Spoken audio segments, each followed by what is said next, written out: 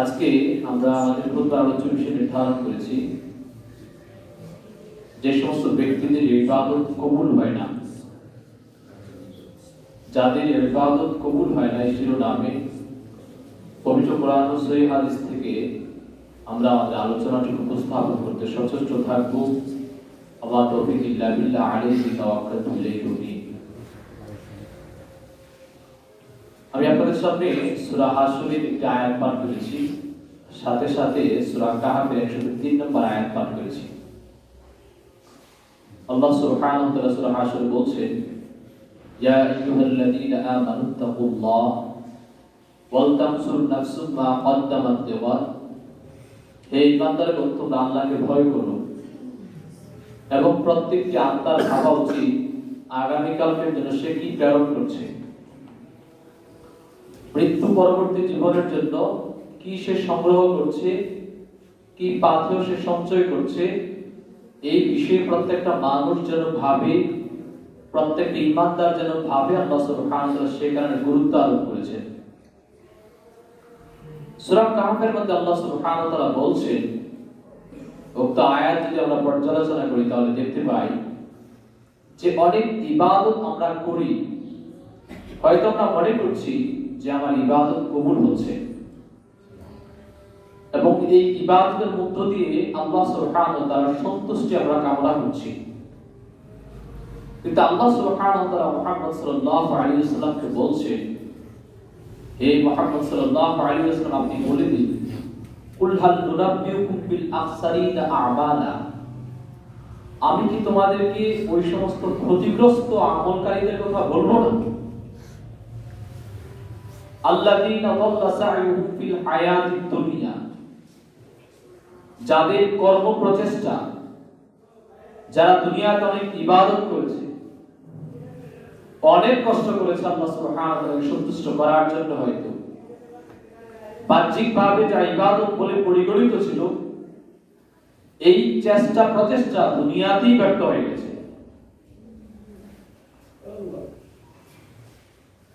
অথচ যারা ইবাদত করছে তারা মনে করছে যে তারা অত্যন্ত সৎ আমল করছে, কিন্তু তাদের ইবাদতগুলো প্রকৃত অর্থে আল্লাহ সুবহানাহু ওয়া তাআলার কাছে কবুল হচ্ছে না। কবুলিয়াত বন্ধুরা আমার এমন একটা বিষয়, আল্লাহ সুবহানাহু ওয়া তাআলার কাছে এটা সরাসরি একটা সম্পৃক্ত বিষয়।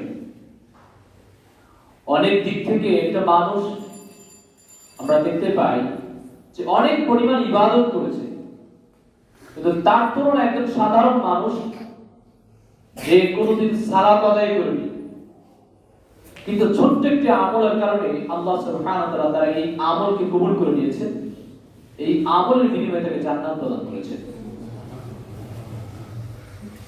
সে কারণে আমল কবুলের অনেক বেশি গুরুত্ব আছে, কারণ আমল যদি কবুল না হয়, আমি আপনি যে প্রচেষ্টাই করি না কেন, সেই প্রচেষ্টাকে আল্লাহ সুবহানাহু ওয়া তাআলার কাছে তিনি যে মানদণ্ড নির্ধারণ করেছেন, সেই মানদণ্ড অনুযায়ী যদি আমার আমলগুলো না হয়, শুধুমাত্র আমার পরিশ্রমই হবে, ইবাদত আল্লাহ সুবহানাহু ওয়া তাআলার কাছে তার কোনো বেনিফিট বা ফলাফল লাভ করতে পারবো না। ইবাদত কবুলের আল্লাহ সুবহানাহু ওয়া তাআলার কাছে কবুলিয়তের গুরুত্ব কতটুকু, ইব্রাহিম আলাইহিস সালাম তার সন্তান ইসমাঈল আলাইহিস সালামকে যখন একসাথে নিয়ে কাবা ঘরের ভিত নির্মাণ করলেন, কাবা ঘরের ভিত নির্মাণ করার পরে ইব্রাহিম আলাইহিস সালাম বলছেন, রব্বানা তাকাব্বাল মিন্না ইন্নাকা আনতাস সামিউল আলিম। হে আমাদের প্রতিপালক, তুমি আমাদের পক্ষ থেকে কবুল করো। ইন্নাকা আনতাস সামিউল আলিম, নিশ্চয় আপনি সর্বশ্রোতা ও সর্বজ্ঞানী। এই কথাটুকু বলার মধ্য দিয়ে আমি আপনাকে বোঝাতে চাচ্ছি যে আল্লাহ যদি কবুল করেন সামান্য একটা বিষয়, ওই সামান্য বিষয়টি অনেক শক্তিশালী পরিগণিত হিসাবে রূপান্তরিত হয়।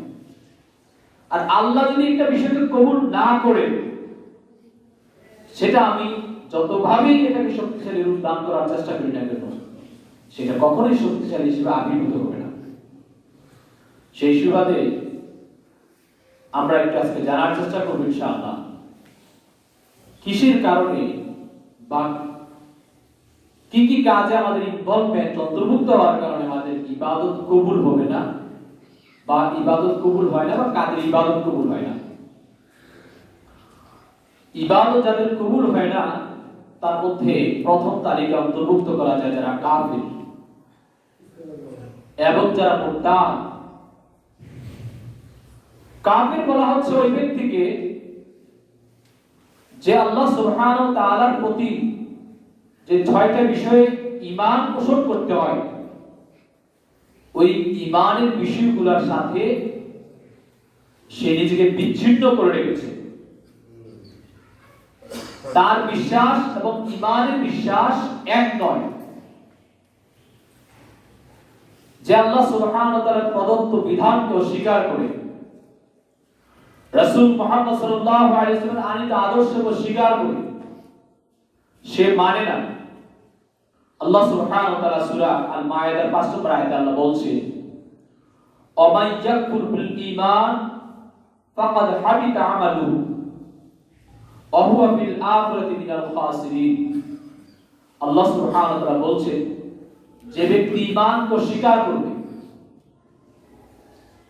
ফাকাদ হাবিতা আমালুহু, সে যেই আমল করছে না কেন তার সকল আমলগুলো বাতিল হয়ে যাবে। ওয়া হুয়া ফিল আখিরাতি মিনাল খাসিরিন, এবং পরকালে সে ক্ষতিগ্রস্তদের অন্তর্ভুক্ত হবে। বর্তমান পৃথিবীতে ৭০০ কোটি মানুষ আছে প্রায়, তার মধ্যে অনেক মানুষ আছে যারা আল্লাহ সুবহানাহু ওয়া তাআলার প্রতি বিশ্বাস স্থাপন করে না। কিন্তু ওই মানুষগুলোর মাধ্যমে সমাজ অনেক কল্যাণকর কাজ চলমান। যারা ইহুদি খ্রিস্টান আছে, কাফের আছে, অনেক প্রযুক্তি আছে, অনেক আবিষ্কার আছে, যেই আবিষ্কারের উপকার মুসলিম উপভোগ করছে, কিন্তু এটার বিনিময়ে সে পরকাল পাবে না। একটাই কারণ, সেটা হচ্ছে আল্লাহ সুবহানাহু ওয়া তাআলার প্রতি বিশ্বাস স্থাপন করে না। সহিহ মুসলিমের ৫৪০ নম্বর হাদিস বর্ণনা করেছেন আয়েশা রাদিয়াল্লাহু তাআলা আনহা, তিনি বলছেন, কুলতু ইয়া রাসূলুল্লাহ সাল্লাল্লাহু আলাইহি ওয়াসাল্লাম, আয়েশা রাদিয়াল্লাহু তাআলা বলছেন, আমি রাসূল সাল্লাল্লাহু আলাইহি ওয়াসাল্লামকে বললাম, ইবনে জুদআন কানা ফিল জাহিলিয়া, ইবনে জুদআন সে জাহিলিয়াতের সময়ে ইয়াসিলুর রাহিমা ওয়া ইউতঈমুল মিসকিন, সে আত্মীয়তার সম্পর্ক খুব ভালোভাবে স্থাপন করেছে।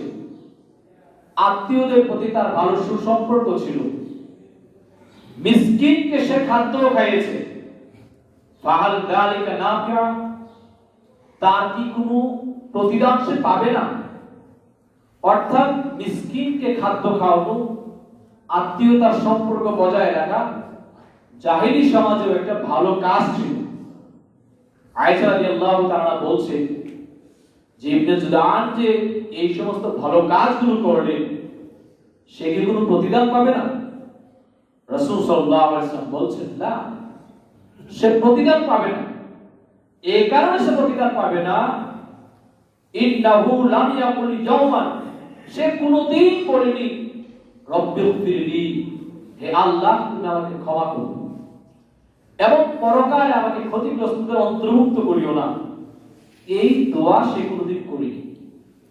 যেহেতু সে তার কর্ম স্বাভাবিকভাবে করেছে, আল্লাহকে সন্তুষ্ট করার জন্য করেনি, এই কাজের বিনিময়ে আল্লাহর কাছে সে ক্ষমাও চায়নি, এবং এটাও সে বিশ্বাস করতো না পরকাল নামে কিছু একটা আছে, যেই পরকালে তার দুনিয়ার সকল কর্মকাণ্ড সম্পর্কে উপস্থাপন করা হবে।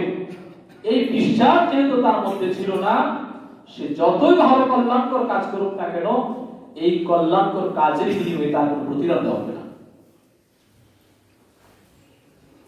যে ব্যক্তি মুরতাদ, ইসলাম গ্রহণ করেছিল, সময় সুযোগে স্বার্থের কারণে, আদর্শের কারণে ইসলাম থেকে সে খারিজ হয়েছে, ইসলামকে সে জলাঞ্জলি দিয়েছে, আমি এতদিন মুসলিম ছিলাম, আল্লাহকে বিশ্বাস করতাম, আজকে থেকে আর আমি আল্লাহকে বিশ্বাস করছি, এই বিশ্বাস যেই লোক পোষণ করবে সে হচ্ছে মুরতাদ, ইসলামকে অস্বীকার করবে। সূরা বাকারা 217 নম্বর আয়াতে আল্লাহ বলছে, তোমাদের মধ্যে যে ব্যক্তি মুরতাদ হবে, ইসলাম থেকে যে নিজেকে বিচ্ছিন্ন করে নেবে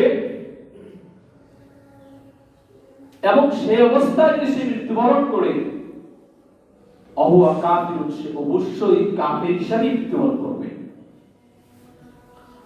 ফাউলাইকা হাবিতাত আমালুহুম ফিদ দুনিয়া, এবং দুনিয়া ওয়াল আখিরা, এবং দুনিয়া এবং পরকাল উভয় জগতে তার আমল সমূহ ক্ষতিগ্রস্ত হবে, বাতিল হয়ে যাবে। আউলাইকা আসহাবুন নার হুম ফিহা খালিদুন, এবং সে চিরস্থায়ী জাহান্নামী হবে এবং সেখানেই সে থাকবে। ইসলাম থেকে যে ব্যক্তি বিচ্ছিন্ন হয়ে যাবে, আল্লাহ সুবহানাহু ওয়া তাআলা এতদিন বিশ্বাস করত, আজকে সে আর বিশ্বাস স্থাপন করছে না, এইভাবে যে নিজেকে বিচ্ছিন্ন করে নেবে, তার কর্মকাণ্ড আল্লাহ সুবহানাহু ওয়া তাআলা কবুল করবেন না। তৃতীয় শ্রেণীর লোকের ইবাদত আল্লাহ সুবহানাহু ওয়া তাআলা কবুল করেন না, ওই শ্রেণীর লোক হচ্ছে মুশরিক। যে ব্যক্তি আল্লাহ সুবহানাহু ওয়া তাআলার সাথে অংশীদারিত্ব স্থাপন করে। আল্লাহ সুবহানাহু ওয়া তাআলার অংশীদারিত্ব স্থাপনটাকে আপনাকে কিভাবে বুঝাই? আল্লাহ সুবহানাহু ওয়া তাআলার সাথে অংশীদারিত্বের তিনটা দিক আছে।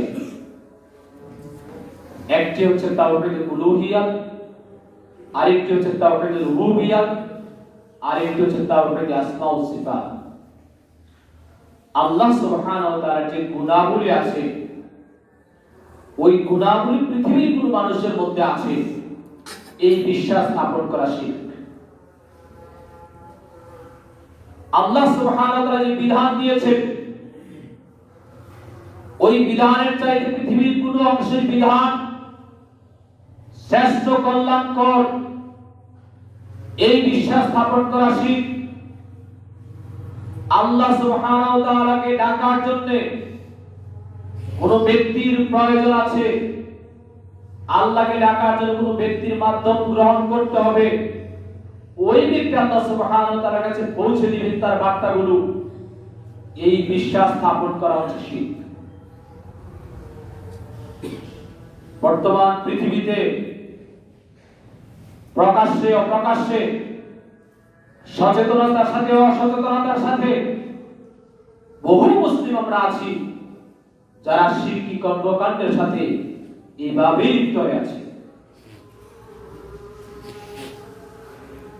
যদি কোনো ব্যক্তি মুশরিক হয়, তার ইবাদত কবুল হয় না।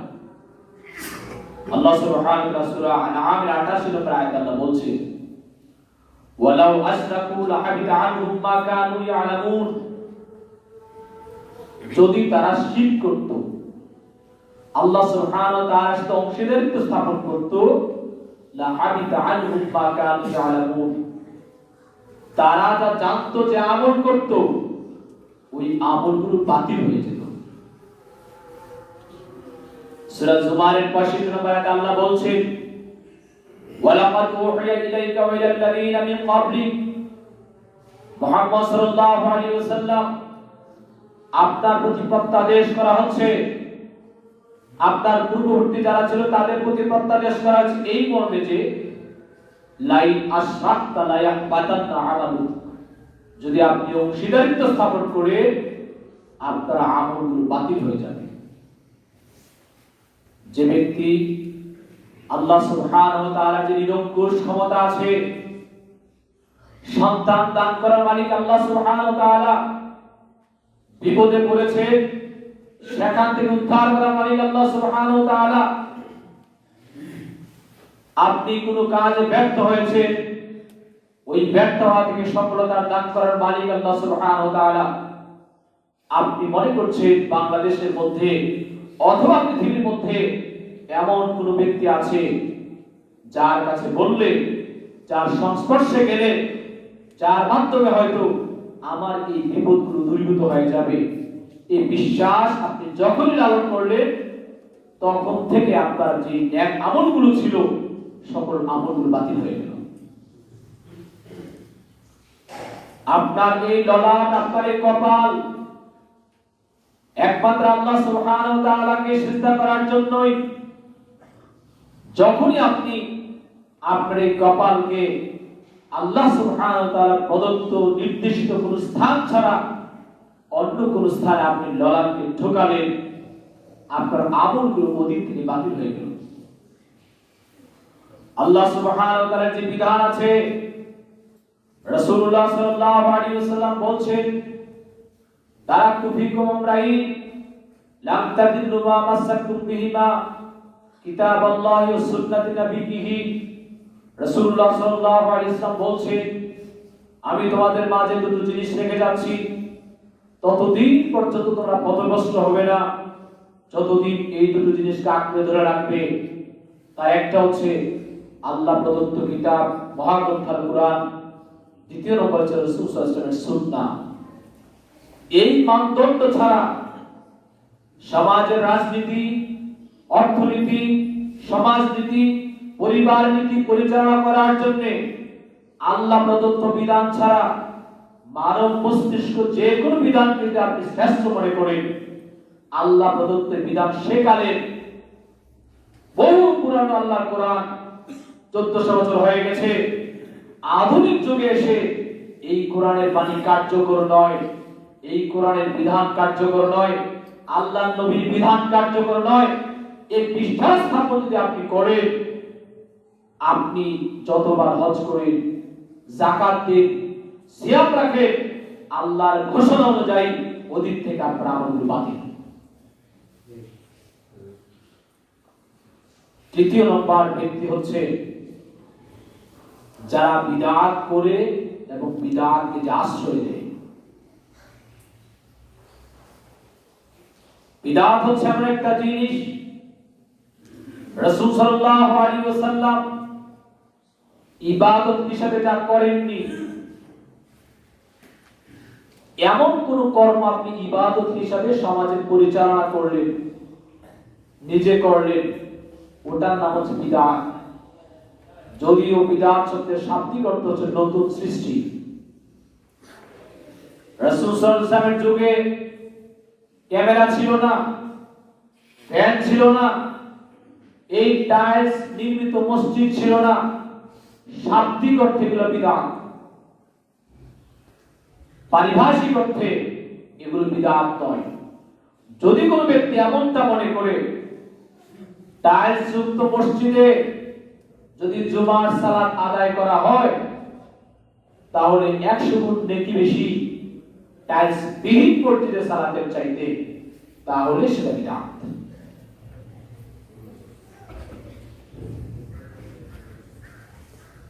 পাশাপাশি যে সমস্ত আমল সমাজে রাসূল সাল্লাল্লাহু আলাইহি ওয়াসাল্লাম করেননি, আপনি মনে করছেন এই আমলটা সুন্দর, এই চিন্তা ভাবনা করে আল্লাহ রাসূল সাল্লাল্লাহু আলাইহি ওয়াসাল্লামের সুন্নাতকে জলাঞ্জলি দিয়ে ওই জায়গায় নিজের মস্তিষ্ক প্রসূত একটা আমল চালু করলেন, এই আমলটা হচ্ছে বিদআত।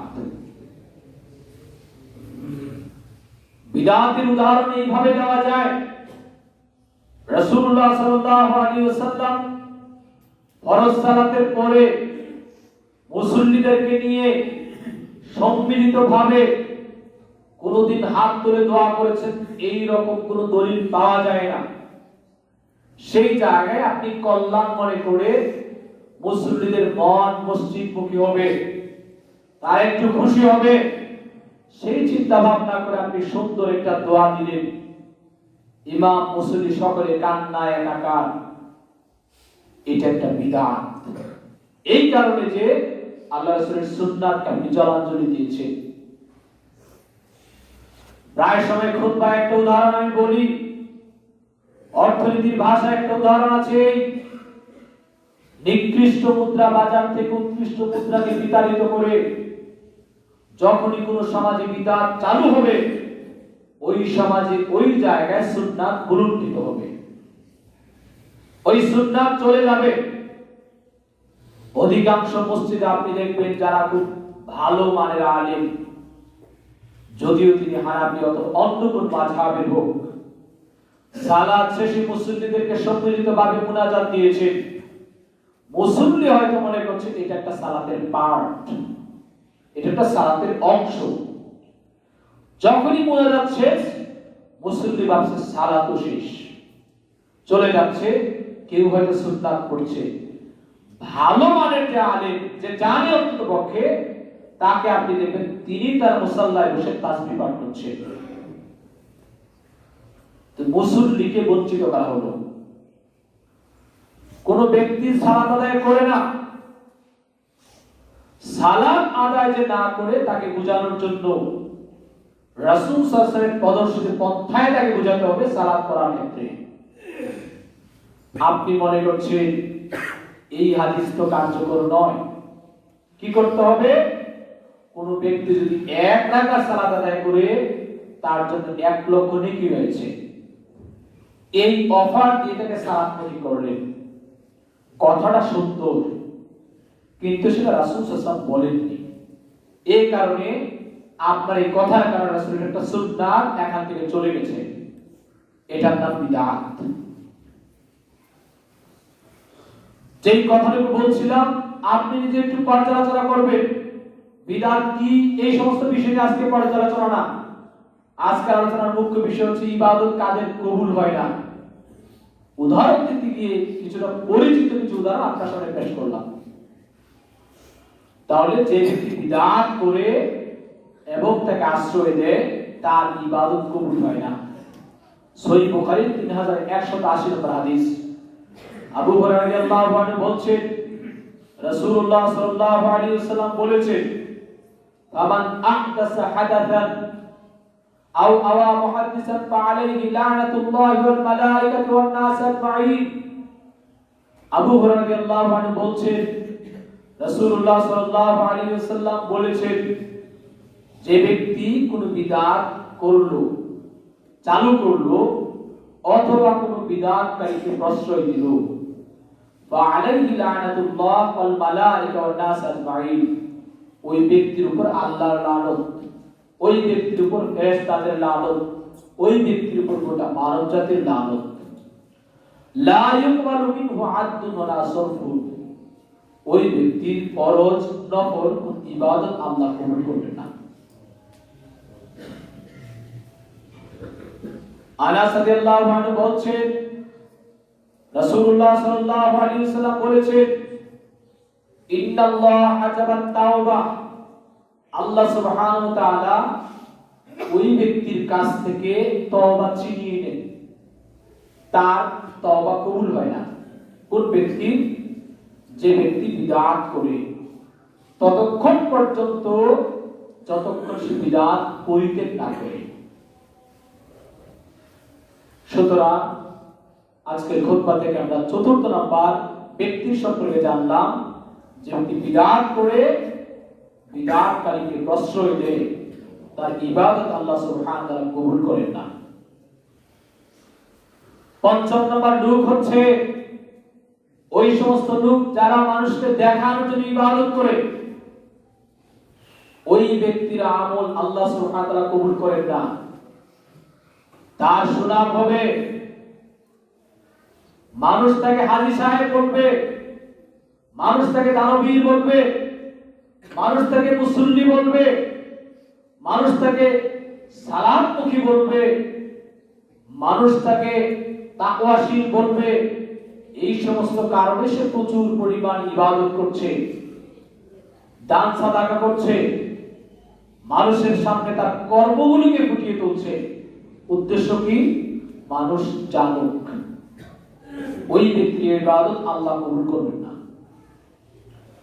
ইবাদত তো কবুল করবেন না, আল্লাহ সুবহানাহু ওয়া তাআলা বলেন সে ধ্বংস। সূরা মাউনের মধ্যে আল্লাহ বলছেন, ফাওয়াইলুল লিল মুসাল্লিন, মুসল্লিদের জন্য ধ্বংস। আল্লাযীনা হুম ইউরাউন, যারা মানুষকে দেখানোর জন্য সালাত আদায় করে। সালাত এত বড় একটা গুরুত্বপূর্ণ ইবাদত, রাসূলুল্লাহ সাল্লাল্লাহু আলাইহি ওয়াসাল্লাম বলছেন, আউয়ালু মা ইউহাসাবু বিল আবদু ইয়াওমাল কিয়ামাহ সালাহ। কাল কিয়ামতের মাঠে সর্বপ্রথম হিসাব হবে সালাতের। ফাইদা সালাহা সালাহা সাইরু আমালিহি, যদি ওই ব্যক্তির সালাতের হিসাব সহজ হয়, যদি সে সালাতের হিসাবটুকু দিতে পারে, বাকি আমল তার জন্য সহজ হয়ে যাবে। ওয়াইজা ফাসাদাত ফাসাদা সাইরু আমালিহি, যদি সে সালাতের হিসাব না দিতে পারে, বাকি হিসাব প্রদান করা তার জন্য কঠিন হয়ে যাবে। এত বড় একটা গুরুত্বপূর্ণ ইবাদত সম্পন্ন করা ব্যক্তিকে আল্লাহ বলছেন ফাওয়াইলুল লিল মুসাল্লিন, মুসল্লিদের জন্য ধ্বংস, যদি সে মানুষকে দেখানোর জন্য সালাত আদায় করে। সহিহ মুসলিমের একটা হাদিস, আবু হুরায়রা রাদিয়াল্লাহু আনহু বলছেন, রাসূলুল্লাহ সাল্লাল্লাহু আলাইহি ওয়াসাল্লাম বলছেন, আল্লাহ সুবহানাহু ওয়া তাআলা কাল কিয়ামতের মাঠে দানবী ব্যক্তিকে ডাকবেন, ডেকে বলবে, এত এত দান তোমাকে কে করতে বলেছে, কিসের জন্য করেছো? সে বলবে, আপনাকে সন্তুষ্ট করার জন্য করেছি। আল্লাহ সুবহানাহু ওয়া তাআলা বলবেন, না, মিথ্যা কথা, তুমি এই কারণে দান করেছো যে মানুষ তোমাকে দানবী বলবে। সুতরাং তার পরিণতি জাহান্নাম। আল্লাহ সুবহানাহু ওয়া তাআলা কোরআন তেলাওয়াতকারীকে ডাকবে, যে ব্যক্তি মানুষকে কোরআন শিক্ষা দিয়েছে, কোরআন তেলাওয়াত করেছে, তাকে ডাকবেন, তুমি কেন মানুষকে কোরআন শিক্ষা দিয়েছো? সেও বলবে, আপনাকে সন্তুষ্ট করার জন্য। রাসূল সাল্লাল্লাহু আলাইহি ওয়াসাল্লাম বলছেন, আল্লাহ তখন বলবেন, না, মিথ্যা বলছো, তুমি এই কারণে কোরআন তেলাওয়াত করেছো, মানুষ তোমাকে কারি বলবে, মানুষ তোমার প্রশংসা করবে। আমি আপনাকে বুঝাতে চাচ্ছি, এই লোক দেখানোর আমলের বিষয়টা সম্পূর্ণভাবে অন্তরের বিষয়। পৃথিবীর কেউ দেখবে না কি কারণে আপনি সব কাজ করছেন। আপনি আপনার অন্তরকে ভালো করে জানবেন, বুঝবেন কি কারণে আপনি সব কাজ করছেন। যদি আপনার উদ্দেশ্য থাকে পার্থিব স্বার্থ, উদ্দেশ্য যদি থাকে মানুষকে প্রশংসা পাওয়া, মানুষের কাছে নিজেকে একটু পরিচয় করানো, এই আমলগুলো আমার আপনার জন্য ধ্বংস হয়ে আসবে। এই আমলগুলো কোনো কাজে আসবে না। ষষ্ঠ নম্বর শ্রেণী হচ্ছে যে সমস্ত ব্যক্তি জ্যোতিষী কিংবা গণকের নিকট যায়। রেল স্টেশন, বাস স্টেশন, নানান প্রান্তে একজন মানুষ বসে থাকে, যারা বলছে আপনার হাতের যে রেখা আছে, ওই রেখা দেখে আপনার ভাগ্য নির্ধারণ করতে পারবে। মাঝে মাঝে আমরা টিভির মধ্যে চমকপ্রদ কিছু অ্যাডভার্টাইজমেন্ট দেখতে পাই, বলা হচ্ছে অমুক হুজুর অমুকের মাধ্যমে নিঃসন্তান দম্পতিকে সন্তান প্রদান করছে, আপনার ব্যবসার ভাগ্য পরিবর্তন করতে পারবে। এই সমস্ত বিশ্বাস যে ব্যক্তি পোষণ করবে, তার ইবাদত কবুল হবে না। রাসূলুল্লাহ সাল্লাল্লাহু আলাইহি ওয়াসাল্লামের স্ত্রীদের কাছ থেকে পাওয়া, রাসূল সাল্লাল্লাহু আলাইহি ওয়াসাল্লাম স্ত্রীরা বলছেন, রাসূলুল্লাহ সাল্লাল্লাহু আলাইহি ওয়াসাল্লাম বলছেন, মান আতা আররাফান ফাসআলাহু আন শাইইন, যে ব্যক্তি কোনো গণকের নিকট গেল এবং তাকে কোনো বিষয়ে জিজ্ঞাসা করলো, লাম তুকবাল্লাহু সালাতান 40 লাইলা, ওই ব্যক্তির সালাত 40 দিন পর্যন্ত কবুল করা হবে না। আপনি তো তাহাজ্জুদ পড়ছেন, 5 ওয়াক্ত সালাত পড়ছেন, সম্ভব হলে 40 দিনের মধ্যে আবার উমরাও করছেন, যাওয়ার সময় কুমিল্লা রেল স্টেশনে একজন গণকের নিকট গেছেন, ওনার সাথে সাক্ষাৎ করে কাজগুলো করছেন। রাসূল সাল্লাল্লাহু আলাইহি ওয়াসাল্লামের ঘোষণা অনুযায়ী আপনার এই উমরা, আপনার এই হজ, আপনার এই সাদাকা, আপনার এই সালাত কোনো কিছুই কবুল হবে না, শুধুমাত্র বিশ্বাস পরিবর্তন হওয়ার কারণে। সুতরাং সমাজে এই সমস্ত বিষয়গুলো মানুষ ঢেকে বসেছে। তার পাশাপাশি সমাজে যারা মহিলা আছে, অধিকাংশ মহিলা যদিও সে বংশগতভাবে আহলে হাদিস পরিবারেই বসবাস করছে, ওই সমস্ত মহিলাদের বিশ্বাসের মধ্যে অনেক শিরকি কর্মকাণ্ড ঢুকে আছে। আপনি পরিবারের প্রধান, স্বাভাবিকভাবে আপনি কোনদিন টের পাবেন না আপনার স্ত্রী এই সমস্ত শিরকি কর্মকাণ্ডে বিশ্বাস করে। আপনি তো নানান কাজে ব্যস্ত, কিন্তু তদন্ত করে দেখা যাবে আপনার স্ত্রী, আপনার মেয়ে এমন কিছু কর্মকাণ্ডের সাথে লিপ্ত যেগুলোর কারণে সে মুশরিক হয়ে যাচ্ছে, অথচ আপনি নিজেও জানেন। সপ্তম শ্রেণীর মানুষ হচ্ছে সমাজে যাদের ইবাদত কবুল হয় না, মদ পান করা ব্যক্তি, যারা মদ্যপায়ী, যারা নেশাগ্রস্ত, ইয়াবা খাচ্ছে, ফেন্সিডিল খাচ্ছে, হেরোইন খাচ্ছে, গাঁজা খাচ্ছে, মদ খাচ্ছে, ওই সমস্ত ব্যক্তিদের ইবাদত কবুল হয় না। সমাজের মধ্যে কয়েকদিন আগে আপনি শুনেছেন, এই ফেব্রুয়ারি বা জানুয়ারি মাসের মধ্যে বাংলাদেশে ভেজাল মদ খাওয়ার কারণে প্রায় 35 থেকে 50 জন মানুষ মারা গেছে। মদের লাইসেন্স দেওয়া হচ্ছে, বাংলাদেশে মদের বার হচ্ছে, পতিতালয় হচ্ছে, ওই মদের বারগুলোতে সমাজের মুসলিমরাই যাচ্ছে। আপনি তাকে দেখবেন কখনো কখনো কোনো মাহফিলের সভাপতি, কোনো মাদ্রাসার চেয়ারম্যান, ঈদগাহর মাঝে মধ্যে চেয়ারম্যান, সমাজের প্রতিনিধিত্ব করছে। ওই সমস্ত ব্যক্তিগুলো সুযোগে সন্ধানে ভালো কথাও বলছে, কিন্তু লোকটা মদপান করছে। রাসূল সাল্লাল্লাহু আলাইহি ওয়াসাল্লাম বলছেন ওই ব্যক্তির ইবাদত কবুল হবে না যে ব্যক্তি মদপান করে। সিলসিলা সহিহ 1854 নম্বর হাদিস, আবু হুরায়রা রাদিয়াল্লাহু আনহু বলছেন, রাসূলুল্লাহ সাল্লাল্লাহু আলাইহি ওয়াসাল্লাম বলেছেন, মান শারাবাহা লাম তুকবাল মিনহু সালাতুহু 40 ইয়াওমান, যে ব্যক্তি মদ পান করলো 40 দিন পর্যন্ত তার সালাত কবুল হবে না। ফাইন মাতা, যদি সে মৃত্যুবরণ করে, ওয়াইয়াতি বাতিহি, তার পেটে যদি মদ থাকে, মাতা মাইতাত জাহিলিয়া, ওই ব্যক্তি জাহিলিয়াতের মৃত্যুবরণ করলো। সমাজে মাদক দ্রব্যের পরিমাণ অনেক বেশি বৃদ্ধি পেয়েছে। যারা আইনের হোক তারা ওই মদের সাথে সম্পৃক্ত হয়ে আছে। যারা আইন বাস্তবায়ন করবে, ওই লোকগুলো পর্যন্ত হয়তো কথা প্রসঙ্গে বিভিন্ন মঞ্চে এসে মাদক দ্রব্যের বিরুদ্ধে স্লোগান দিচ্ছে, কথা বলছে, ওই লোকগুলো মাদকের সাথে সম্পৃক্ত হয়ে আছে। সেই কারণে আল্লাহ সুবহানাহু ওয়া তাআলা সূরা সাফের মধ্যে বলছেন যে আল্লাহ সুবহানাহু ওয়া তাআলা পছন্দ করেন না তোমরা যেই কাজটা করো না, এই কাজটা তোমরা কেন বলো মানুষকে করার জন্য। সুতরাং সমাজকে যদি মাদক থেকে আমরা মুক্ত না করতে পারি, আমাদের সমাজ অনেক বেশি পাপাচার বেড়ে যাবে।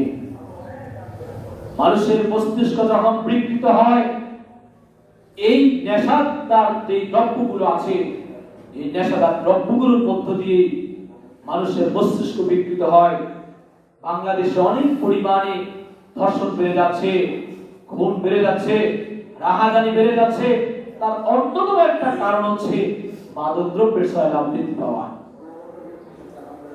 যেই পরিবারের সন্তানেরা মাদকাসক্ত নয়, যেই পরিবারের সন্তানেরা ধর্মীয় রীতি অনুযায়ী তাদের জীবন যাপন করে, ওই পরিবার শান্তি সুশৃঙ্খলতার সাথে সমাজে পরিচালিত হয়।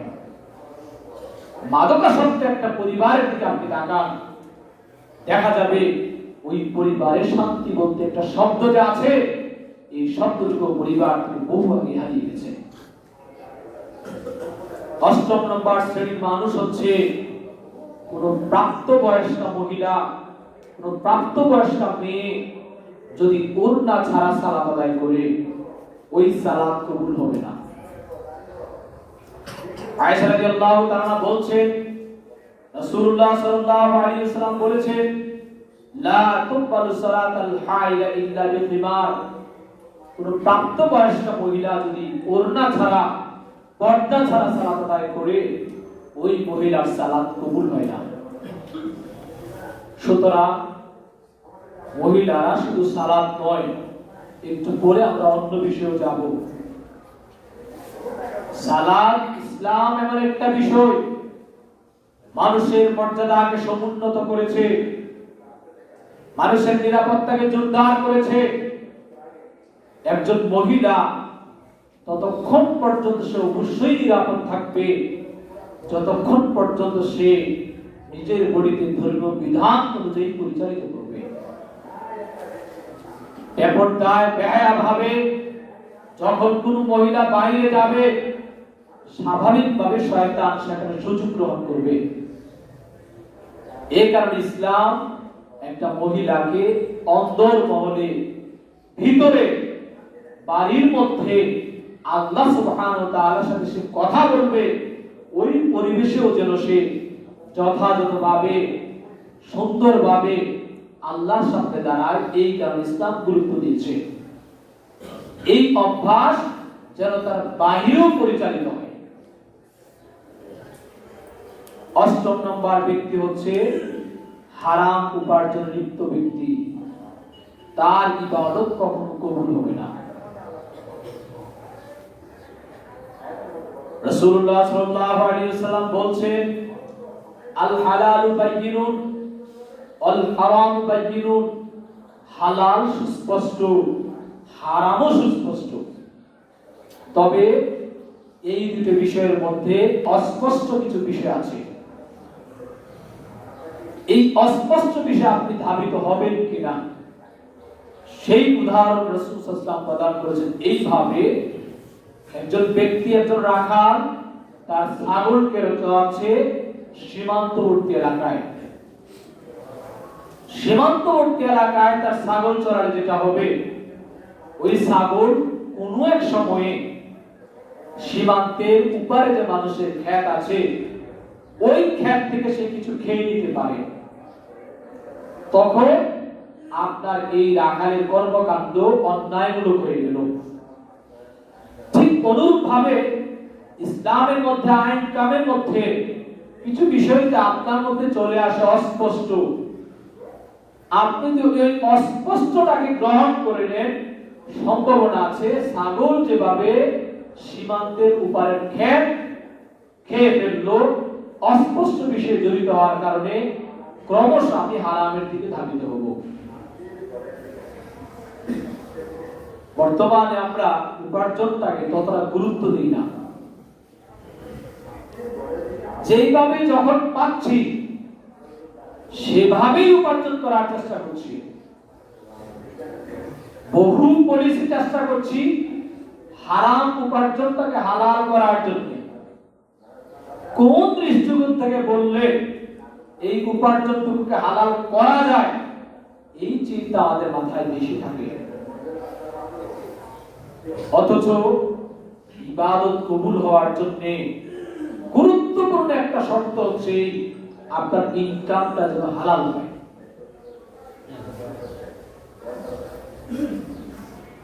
ইবনে ওমর রাদিয়াল্লাহু আনহু বলছেন, রাসূলুল্লাহ সাল্লাল্লাহু আলাইহি ওয়াসাল্লাম বলেছেন, লা তুকবালু সাদাকাতান মিন গুলুল, হারাম উপার্জন থেকে কোন ব্যক্তি সাদাকাকে কবুল করা হয় না। এই মসজিদ নির্মাণ হবে, আপনাকে কে বলছে লক্ষ টাকা দিতে হবে? লক্ষ টাকা দেওয়ার জন্য আপনি হারাম পথ থেকে, হারাম উৎস থেকে আপনি দান করতে হবে। আর এটা তার মাধ্যমে আপনি চাচ্ছেন মসজিদ নির্মাণ করলে জান্নাত পাওয়া যাবে, জান্নাতে একটা ঘর নির্মাণ হবে। এই চিন্তাটুকু আমার আপনার ভুল ধারণা। হালাল ইনকাম থেকে যদি একটা ইটও মসজিদে দান করে, ওই ইটের বিনিময়ে আল্লাহ সুবহানাহু ওয়া তাআলা আপনাকে জান্নাতে ঘর নির্মাণ করতে পারে। তারপর হারাম ইনকাম থেকে কোটি কোটি টাকা দান করে আপনার জন্য বেনিফিট তেমন কিছু নেই। আপনার এই দান সাদাকার মাধ্যমে আপনি পরকালে কিছু পাবেন, আল্লাহ রাসূলের ঘোষণা অনুযায়ী আল্লাহ রাসূল নাকচ করেছেন। সমাজের সবাই আমরা জানি পিতামাতার দোয়া আল্লাহ সুবহানাহু ওয়া তাআলার কাছে কবুল হয়, মাসলুমের দোয়া আল্লাহর কাছে কবুল হয়, মুসাফিরের দোয়া আল্লাহর কাছে কবুল হয়। এই স্বাভাবিক কনসেপ্ট অনেক মানুষের মধ্যে আছে। আল্লাহ রাসূল সাল্লাল্লাহু আলাইহি ওয়াসাল্লাম বলছেন ভিন্ন কথা। রাসূল সাল্লাল্লাহু আলাইহি ওয়াসাল্লাম বলছেন একজন মুসাফির ব্যক্তির উদাহরণ দিয়েছেন, যে সফর করতে গিয়ে সব কিছু হারিয়েছে, নিঃস্ব। সে তখন দোয়া করছে, ইয়া রব্বি ইয়া রব্বি, হে আমার প্রতিপালক, হে আমার প্রতিপালক। রাসূল সাল্লাল্লাহু আলাইহি ওয়াসাল্লাম বলছেন, অমাতামুহু হারাম, অমাসরাবুহু হারাম, অমালবাসুহু হারাম, অহুদিয়া বিল হারাম, আম্মাস্তাজাবা যালিক ওয়া আন্নাস্তাজাবা যালিক। আল্লাহ রাসূল বলছেন একজন মুসাফির স্বাভাবিকভাবে তার দোয়া কবুল হবে। আল্লাহ রাসূল বলছেন তার খাদ্য হারাম, তার পানীয় হারাম, তার বস্ত্র হারাম, সে যেইভাবে তার দেহটাকে গঠন করেছে সেটা হারাম, তার দোয়া কি করে কবুল হয়? আমি আপনি যেন ইনকামের ক্ষেত্রে অত্যন্ত সতর্ক থাকার চেষ্টা করি যে আমার ইনকামটা হারাম হচ্ছে কিনা। যে ইনকাম আপনি হারাম ভাবে করছেন, আপনি মনে করছেন আপনার সন্তানকে হাফেজ বানাবেন, ওই সন্তান দোয়া করবে। আল্লাহ রাসূলের ঘোষণা অনুযায়ী আপনার ইনকাম থেকে আপনার স্ত্রীর শরীরে যাচ্ছে, আপনার ইনকাম থেকে আপনার ছেলের শরীরে যাচ্ছে, কি করে আপনার দোয়া কবুল হবে? আপনার আশা কি করে পূরণ হবে? আপনার সোর্সটাই উচ্চটাই হারাম। সুতরাং উপস্থিত সকল মুসলিমদের কাছে বিনীত অনুরোধ থাকবে, আপনি সাধ্য অনুযায়ী হালাল ইনকাম করার চেষ্টা করুন। কোনো কারণে ইনকামটা যেন হারাম না হয়ে যায়, এই বিষয়ে আমাদের একটু সতর্কতার বড্ড প্রয়োজন। ৮ম নাম্বার হচ্ছে পিতা মাতার যারা অবাধ্য সন্তান, ওই সন্তানের দোয়া কখনো আল্লাহর কাছে কবুল হবে না।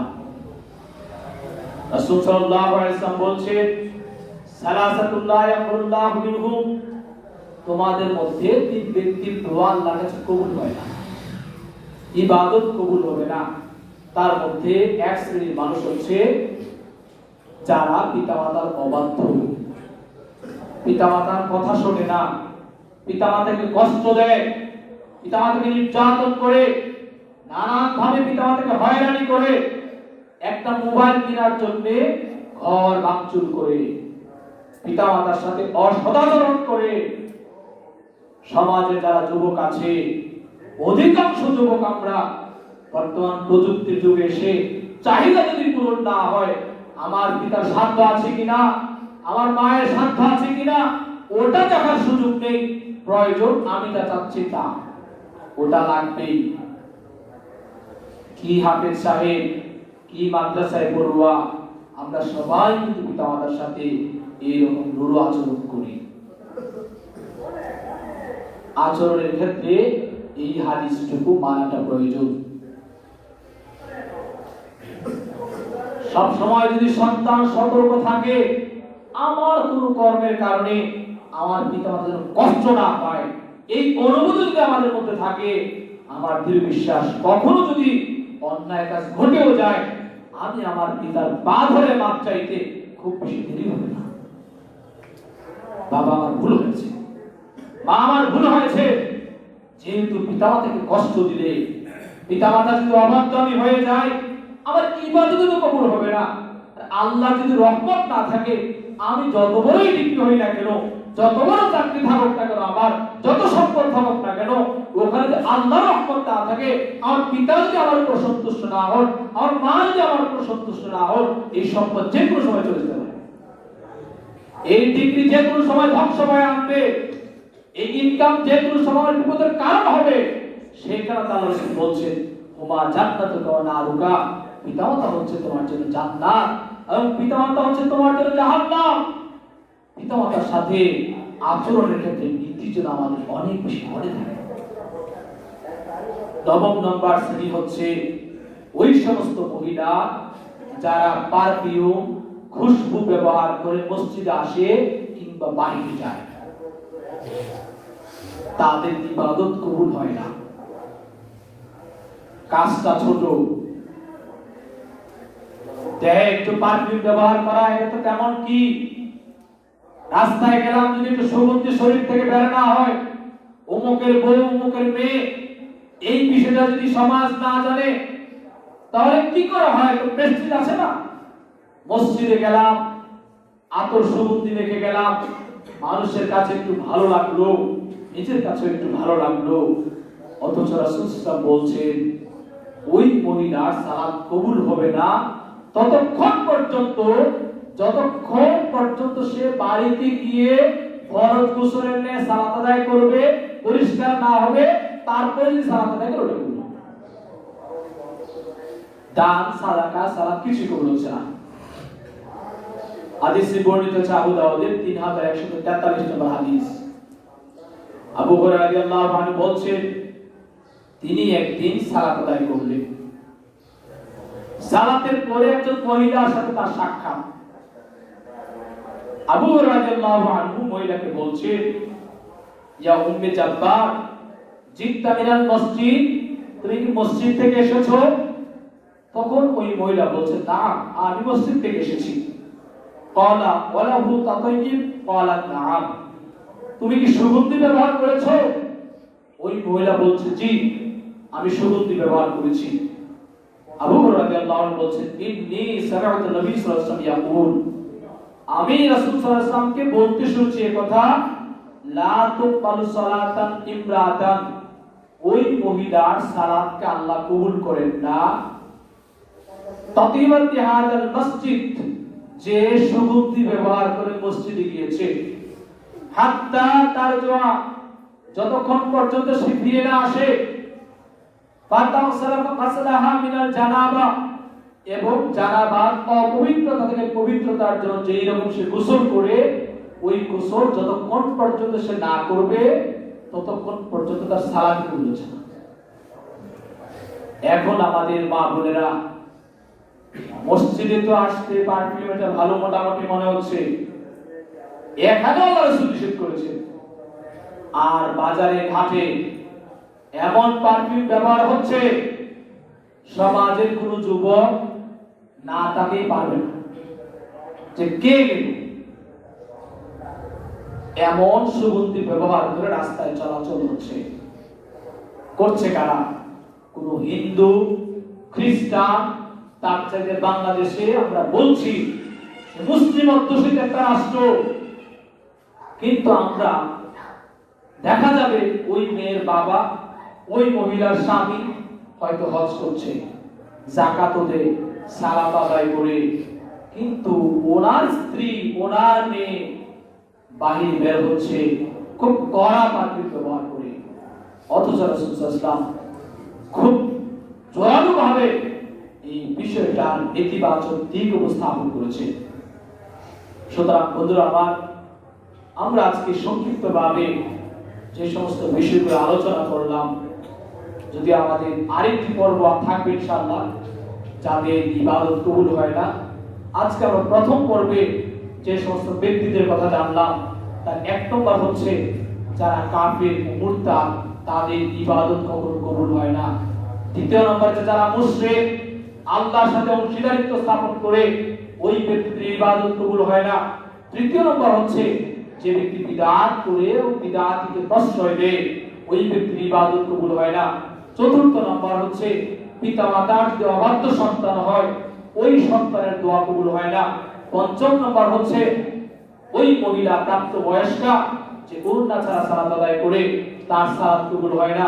ষষ্ঠ নম্বর হচ্ছে যে ব্যক্তি জ্যোতিষীর কাছে বা গণকের কাছে গেছে, ওই ব্যক্তির 40 দিন সালাত কবুল হয় না। ষষ্ঠ নম্বর হচ্ছে যারা, যে সমস্ত মহিলারা বাহিরে পারফিউম ব্যবহার করে কিংবা মসজিদে সুগন্ধি ব্যবহার করে আসে, ওই মহিলার সালাত কবুল হয় না। সপ্তম নম্বর হচ্ছে যে ব্যক্তি মদ পান করে নেশাগ্রস্ত, তার সালাত কবুল হয় না। লাস্ট হচ্ছে যারা মানুষকে দেখানোর জন্য ইবাদত করে, যেগুলি ইবাদত ওই ব্যক্তিদের কোন ইবাদত আল্লাহ সুবহানাহু ওয়া তাআলা কবুল করেন না। 9 নম্বর হচ্ছে হারাম থেকে উপার্জন করে ওই উপার্জিত দেহ কোনদিন জান্নাতে যাবে না। রাসূল সাল্লাল্লাহু আলাইহি ওয়াসাল্লাম বলেন লা ইয়াদখুলুল জান্নাতা জাসাদুন মুবতাইল হারাম, ওই ব্যক্তির দেহ কোনদিন জান্নাতে যাবে না যেই ব্যক্তি হারাম খাদ্য দ্বারা তার দেহ গঠিত। সুতরাং আসুন আমরা আল্লাহ সুবহানাহু ওয়া তাআলার ইবাদত করছি, ওই ইবাদত যেন কবুল হয় এই ব্যাপারে আমরা সচেতন সতর্কতার সাথে পদক্ষেপ গ্রহণ করি। আল্লাহ সুবহানাহু ওয়া তাআলা আমাদেরকে আজকের খুতবা অনুযায়ী ব্যক্তিগত জীবনে পরিচালিত করার তৌফিক দান করুন। আল্লাহুম্মা আমিন। আকুলু কাওলি হাযা আস্তাগফিরুল্লাহ ওয়া আতুবু ইলাইহি।